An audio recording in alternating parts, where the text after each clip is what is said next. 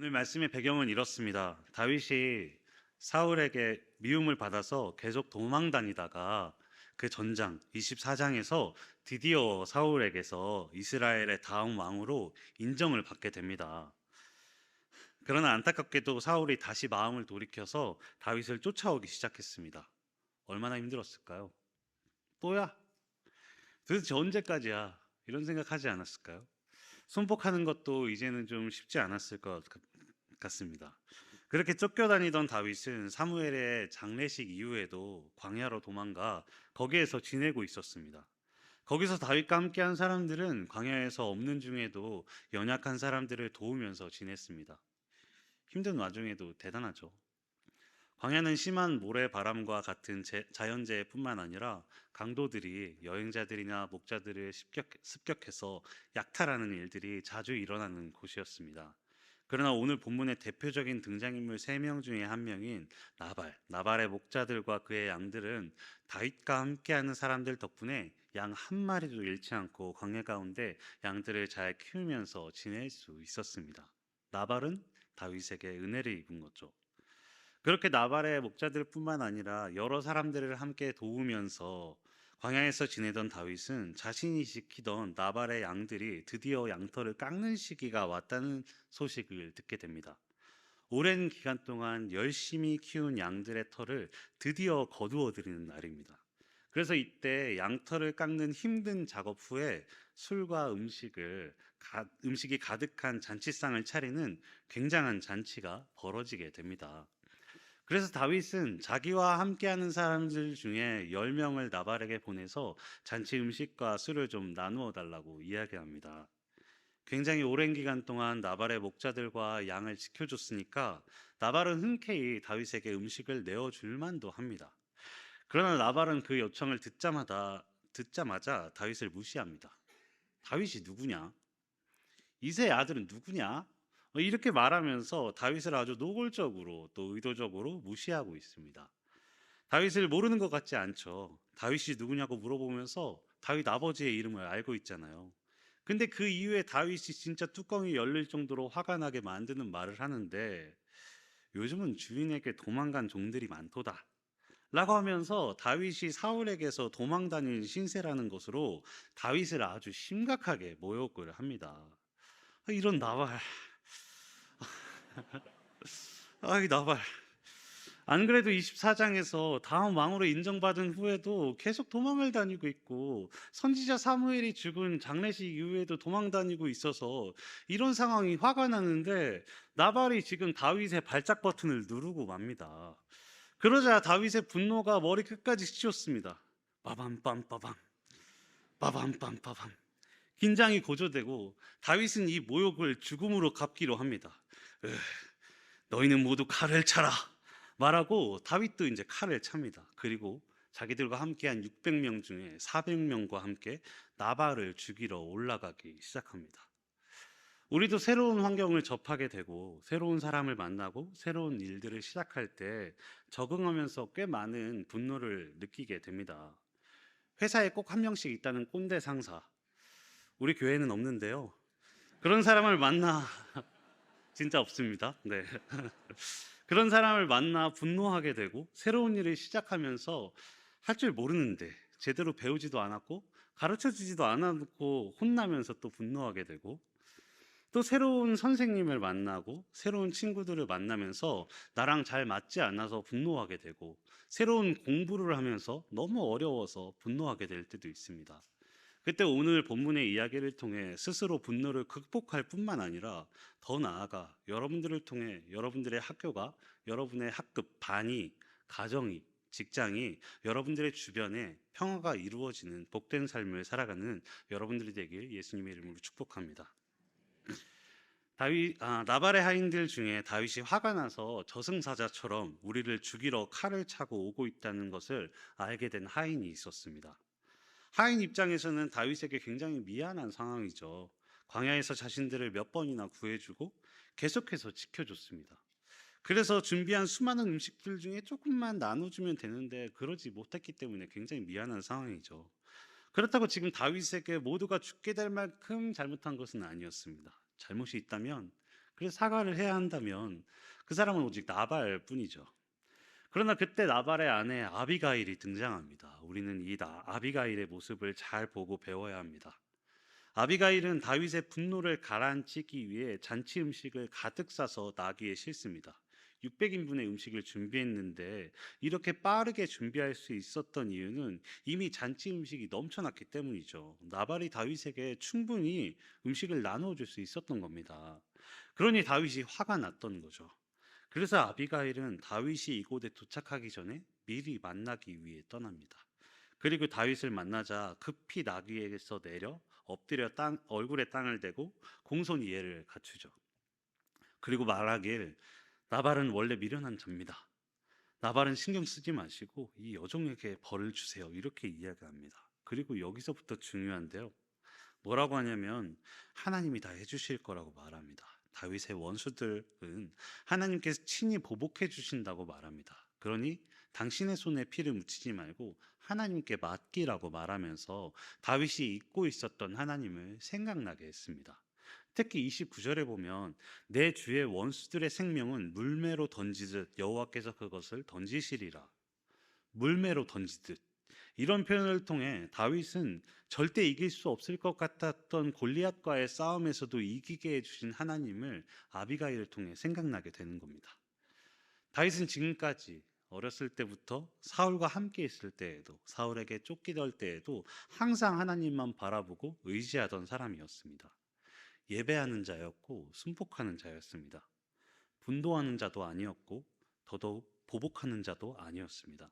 그러나 어느 순간 다음 왕으로 인정을 받고 자기를 기름 부은 선지자 사무엘이 죽은 이후 자기 안에 하나님을 서서히 잊어가고 있었습니다.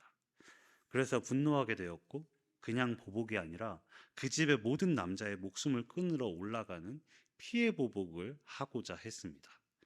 그때 아비가일이 등장해서 다윗 안에 잊혀가고 있던 하나님을 떠오르게 했습니다.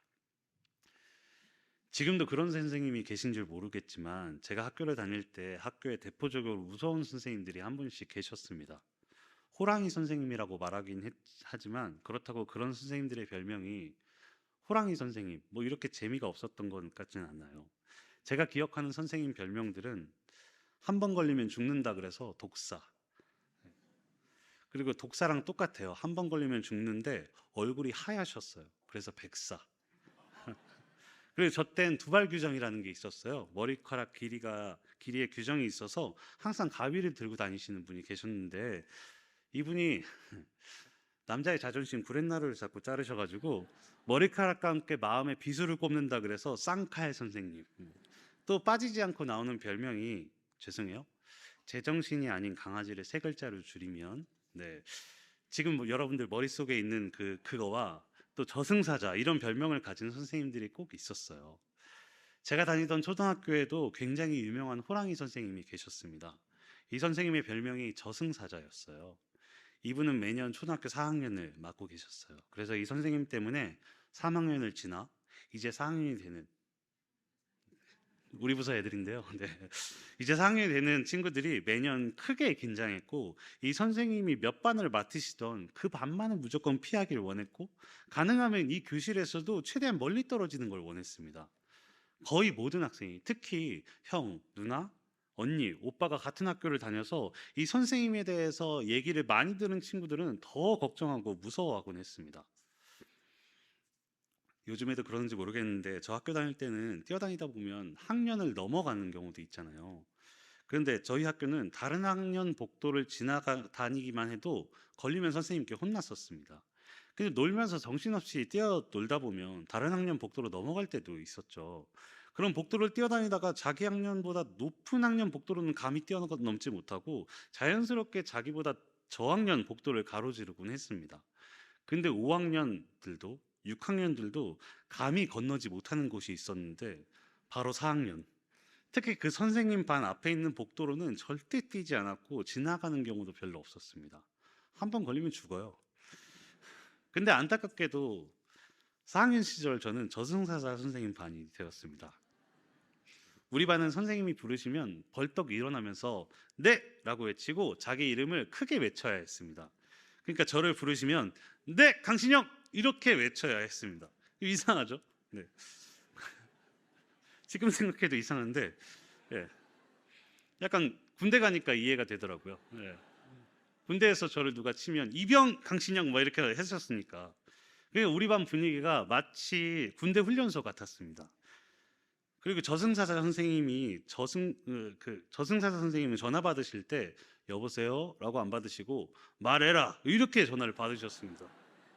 저희 반 분위기가 예측이 가시나요? 제가 지금 이렇게 웃고 있지만 저희 반은 항상 긴장이 되어 있었습니다.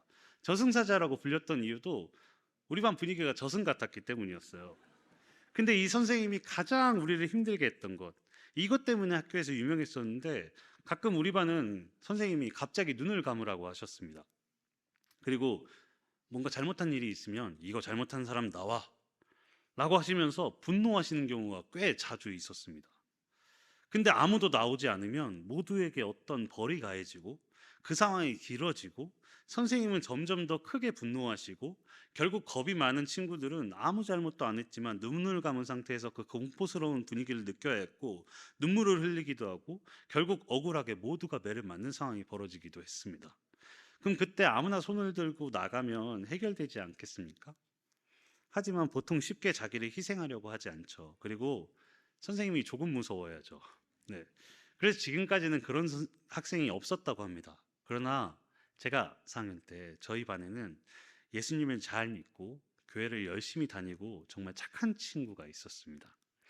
저라고 생각하실 텐데 아닙니다. 음. 그 친구는 이런 무서운 상황이 되고 시간이 어느 정도 흐르면 분명히 자기가 잘못한 것이 아니었지만 친구들을 위해 손을 번쩍 들고 "선생님, 제가 그랬습니다." 이렇게 말하곤 했습니다. 그런 선생님께서 이 친구가 하지 않은 것을 아셨어요.